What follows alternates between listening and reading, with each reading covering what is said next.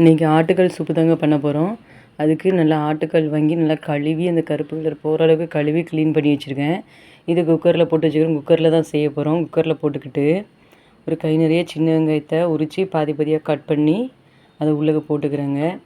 அப்புறம் இதுக்குள்ளே கொத்தமல்லி செடி கொஞ்சம் அதையும் கழுவி கட் பண்ணி உள்ளே போட்டுக்கிறோம். அப்புறம் கொஞ்சம் கருவேப்பிலையும் போட்டுக்கணும். அதுக்கப்புறம் இதுக்குள்ளே என்ன போட போகிறோன்னா 2 ஸ்பூன் சீரகம், 2 ஸ்பூன் சீரகத்தையும் உள்ளே போட்டுக்கிறோம்.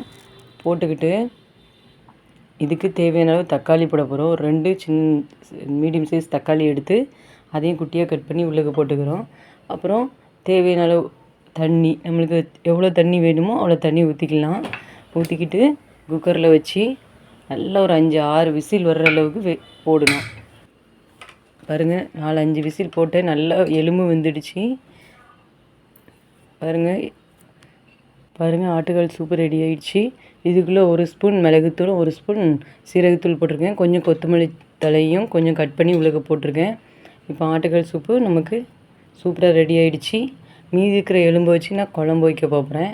பாருங்கள், ஆட்டுக்கால் சூப்பு செம்ம டேஸ்ட்டாக இருக்கும். இதுக்குள்ளே உப்பு, 1 ஸ்பூன் மிளகு, 1 ஸ்பூன் சீரகம், தேவையான அளவு உப்பு போட்டு நம்ம இனிமேல் அதை டேஸ்ட் பண்ண வேண்டியதான்.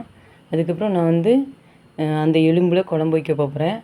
அந்த மீதி இருக்கிற அந்த எலும்பில் சீரகம், ஒரு அரை மூடி தேங்காவை நல்லா அரைச்சி, பெருஞ்சீரகம் அரை மூடி தேங்காவையும் அரைச்சி அதை ஊற்றி அதில் 2 ஸ்பூன் வத்தல் பொடி, 1 ஸ்பூன் மல்லிப்பொடி, கொஞ்சம் மஞ்சள் போட்டு தேவையான அளவு தண்ணி வச்சு, அப்புறம் 1.5 ஸ்பூன் கரம் மசாலா இல்லைன்னா மட்டன் பொடி போட்டுக்கலாம்.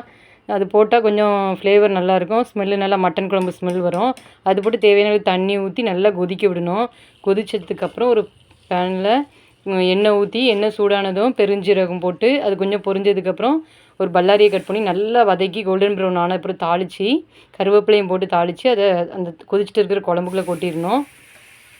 உப்பு காரம் எல்லாம் டேஸ்ட்டாக இருக்கா நம்ம செக் பண்ணிக்க வேண்டியதான். நல்லா அந்த தாளித்து ஊற்றினதுக்கப்புறம் ஒரு 5 நிமிஷம் மட்டும் நல்லா கொதித்த உடனே நம்ம ஸ்டவ் ஆஃப் பண்ணிடலாங்க. சுவையான ஆட்டுக்கால் எலும்பு குழம்பு ரெடி ஆகிடுச்சு. உங்களுக்கும் பிடிச்சிருந்தா நீங்களும் இதே மாதிரி செஞ்சு பாருங்கள். பிடிச்சிருந்தா லைக் பண்ணுங்கள், ஷேர் பண்ணுங்கள், சப்ஸ்கிரைப் பண்ணுங்கள். தேங்க்யூ.